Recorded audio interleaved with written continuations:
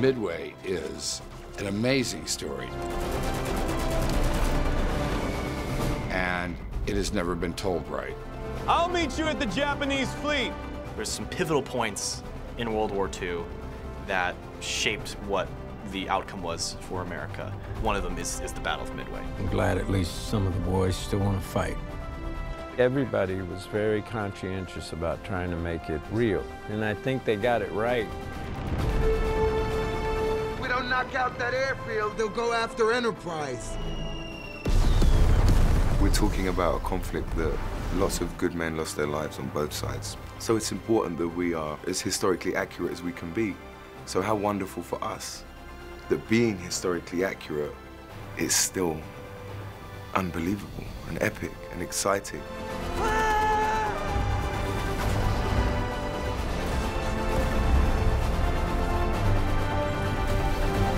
We are playing make-believe, right?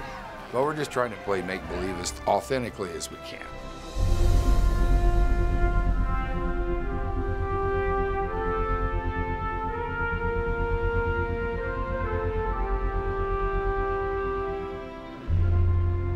I was sitting down with Roland Emmerich, and we were having lunch, and I said, "What's the one that got away? What's the story you always wanted to tell?" And he said, "It's the Battle of Midway." And my jaw hit the floor because I've been obsessed with military history since I was a child, and specifically the Pacific Theater. We started talking, and he explained to me that he comes from a Navy background, Navy brat, they call them. Well, my grandfather was Navy, and so, you know, some kids grew up collecting baseball cards. I grew up fascinated by World War II and what had happened. In the 7th grade, I made a diorama of the Battle of Midway. I'd always been fascinated by it.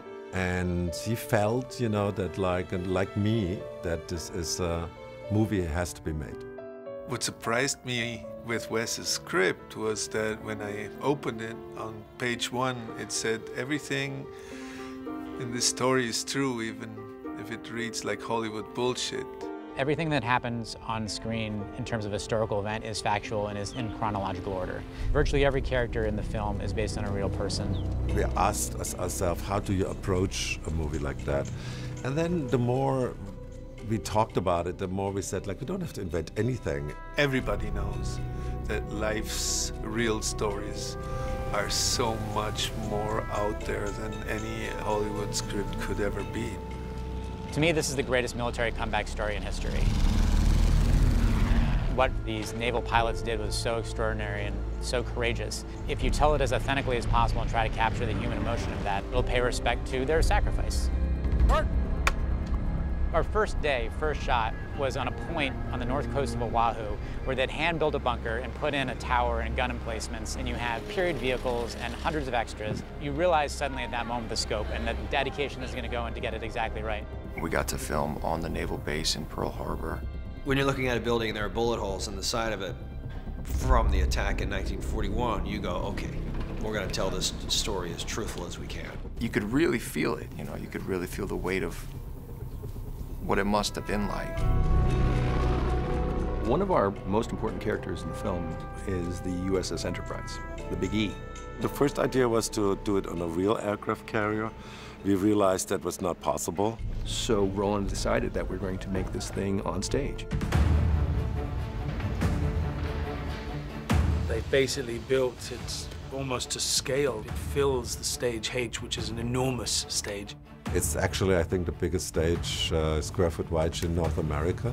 And we built the flight deck as big as we could. The stage is so big that there's only 15 feet on each side of the flight deck before you hit the walls. I mean, it's really unbelievable. When I got to set, I was gobsmacked. There is the length of an actual carrier of the USS Enterprise. I feel like I've just walked onto the Enterprise and it's my first day. I mean, they've got the machine guns on the side, and they've got the bridge, and they've got the wires for the planes.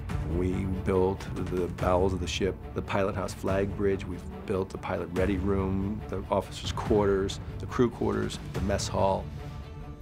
There was maps on the walls, and there was images of the planes that we were looking for, and the ready room, which is where McCluskey would brief them.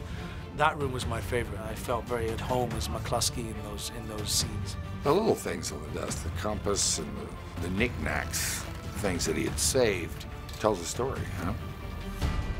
structurally had to be sound enough for not only 300 to 400 people on deck, but 2 giant aircraft. We have built, especially for this film, a Douglas dive bomber and a torpedo bomber, which I've been told is the only replica in existence. And each is 52 feet wide at the wingspan. Each is about 30,000 pounds.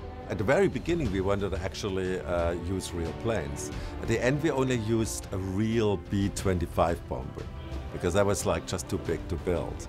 But we built our own planes. There was not one existing TVD in the world. I worked with Kirk Petruccelli. So he went to the Smithsonian and got the original plans from these 2 planes. And then we built them, to the screw.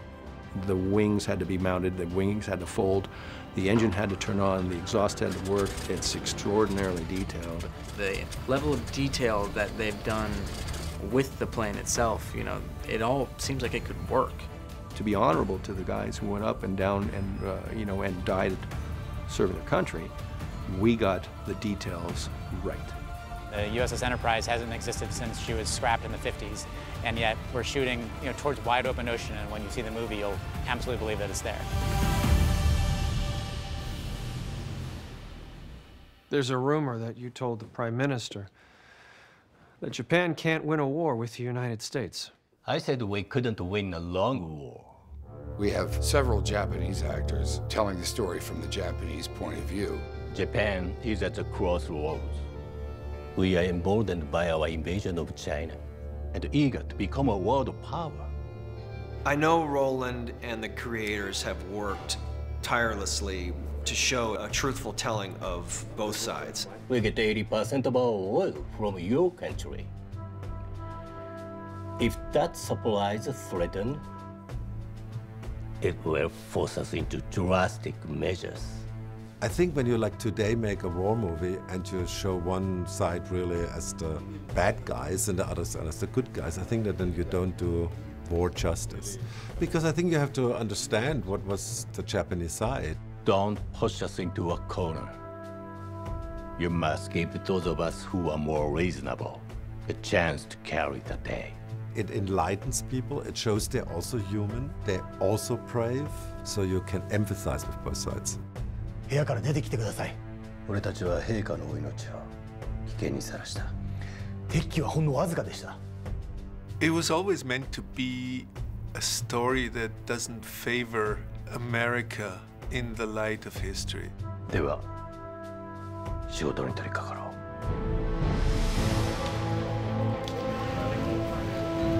So let's do this. When people think of Roland Emmerich, the first thing they think of is his amazing ability to handle scope. No one does this better than Roland. There's not too many directors who know how to do it. David Lean used to do this kind of scale. And he also brings that human story that raises the stakes. Roland is incredible at finding a way to have these moments that feel larger than life, but then suddenly make it feel very personal. That level of attention to detail and care sets him apart. The battle sequences and the battleships and the airborne battles look incredible. But also, there's a real heart to the story. We're not just watching the airplanes, but we're inside the planes with the pilots, seeing the reactions on their faces, seeing their anguish and their desperation and their bravery. Are you okay, sir? Radio our position. He does have big, epic films, but he knows that it all rolls on people caring about these characters and their relationships, and so that's what you get here. I trust Leighton and his team. Make your plans accordingly. Of course, we know that this is going to be a story of epic scale with someone like Roland, but the fact that this story is rooted in just a man whose strength and lifeline is his family is just beautiful and intimate. It's different now. I have to lead these men. What do I say to them? They'll follow you anywhere, Dick Best. Audiences go to movies to feel things, not necessarily to see things. They want to feel things. And this delivers in a very visceral way and also in a very human, emotional way. You're going ashore to the hospital. Now what are my men gonna think when their admiral up and decides he needs a vacation? It's a direct order, Bill.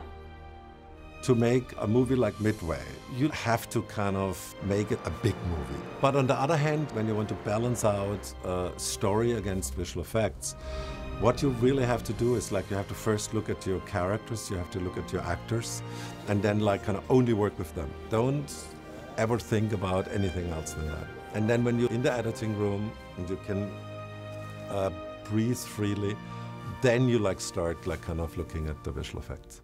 You ready? We're set and action. The thing with Roland is the movie is already in his head. It's our job to get it out of there and make it all happen with him, obviously. I had a great time working with Roland because he really knows exactly what he needs. We're basically sitting down with Roland and discussing what type of movement that we need to create with the camera and the airplane to give him the shots he wants. The handover point between what you shoot in real life and what actually then is in a computer is so important, because you need to be able to run on the wing and jump in your cockpit, and then once they're flying, you're in computer land. What do you want to bet she's trying to catch up with the carriers?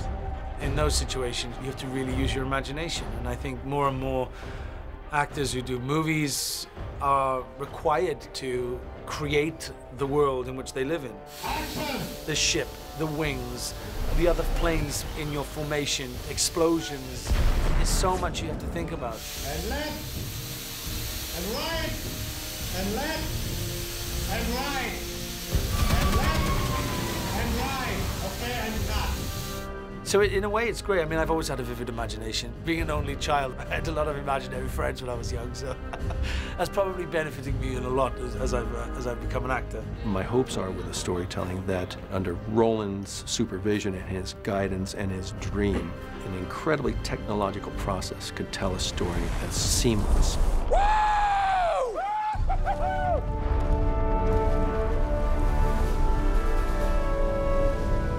There are wars that need to be fought. This was one of them. If there was ever a good war, the guys in our movie are the ones fighting it. We all felt like we were making something special. It's really gonna hopefully shed a nice light on the history of what happened back then. These guys were in the midst of battle. You know, they were all young men who were fighting for their lives. I feel blessed and I feel honored to be a part of this story and also to be playing this man. I want to do this guy justice. I want to honor his legacy. This film, I think, in a way, is dedicated to that generation. My parents' generation, they sacrificed so much for all of us, even the people at home, you know. And everybody pitched in for something bigger than themselves. And I think it's a lesson for all of us as a generation. Because of uniting, in spite of our differences, coming together. Building a monument to these guys is probably the main driving force, you know, of all of us, of Wes, of me, of like Harold, the producer, everybody, all the actors, just to kind of put a monument to these people.